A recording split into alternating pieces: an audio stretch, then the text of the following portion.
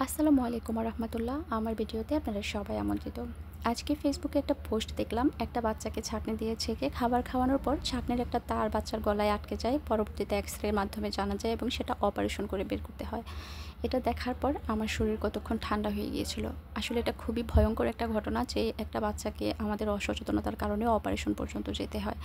আমার সাথে এরকম একটা দুর্ঘটনা ঘটেছে। আমার মেয়ের বয়স ১৩ বছর। তো ওর বয়স যখন ১৩-১৪ মাস, আমার মেয়েটা খাবার চিবিয়ে খুব একটা কম খায়। ওর গিলে ফেলার স্বভাব আছে। ও এখনও যে কোনো খাবার গিলে ফেলে বা যে কোনো কিছু গিলে ফেলে। তো আমরা যে ঔষধ খাই ট্যাবলেট ক্যাপসুলের পাতার উল্টো পিঠের অংশটা অ্যালুমিনিয়ামের থাকে, আর আমরা একটা একটা করে ওষুধ বের করে খাই, আর পেছনের অংশগুলো উল্টানো থাকে। তো আমার মেয়েটা একদিন কী করেছিল, ওষুধের উল্টো পিঠের ওই অ্যালুমিনিয়ামের অংশটা খেয়ে ফেলেছিল। আমি দেখেছিলাম ওর হাতে, কিন্তু আমি যখন ফেলে দিতে বলছিলাম তাড়াতাড়ি গিয়েছিলাম, ও ততক্ষণে গিলে ফেলেছে। আমার সেদিনের পরিস্থিতিটা কেমন ছিল সেটা শুধু আমি জানি, আমার আল্লাহ জানে। সেদিন আমার কাছে কেমন লেগেছিল আসলে এই অনুভূতিটা বলে ভাষায় প্রকাশ করার মতো না। আমি ডাক্তার কাছে নিতে হয়েছিল, এক্স-রে করতে হয়েছিল। আমার ডাক্তার তখন বলেছিল যে বেশি করে পানি খাওয়াতে, কলা খাওয়াতে বা মলত্যাগ করা পর্যন্ত ওয়েট করতে।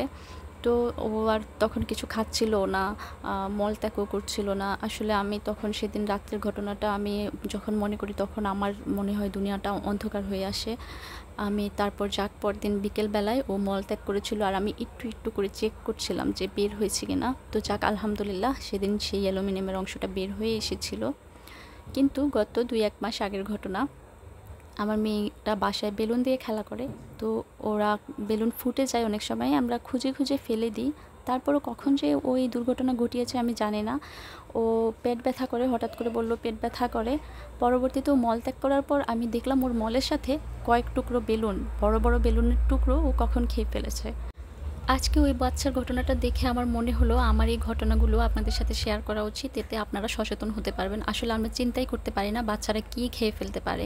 এই যে ওষুধ, ট্যাবলেট ক্যাপসুলের পাতার অংশ, এই যে বেলুন, তারপর ছোট ছোট এগুলো খেলনা থাকে বিভিন্ন চকলেটের সাথে বা বিভিন্ন কিছুর সাথে দেয়, বা আমরা কিনে আনি অনেক সময় বাসায় ওগুলো। তারপর এই যে আমরা যে তার দিয়ে মাজনি দিয়ে মাজি, এই তারের অংশটাও খাবারের পাতিলে থেকে যেতে পারে। বিভিন্ন কিছু বাচ্চারা খেয়ে ফেলতে পারে।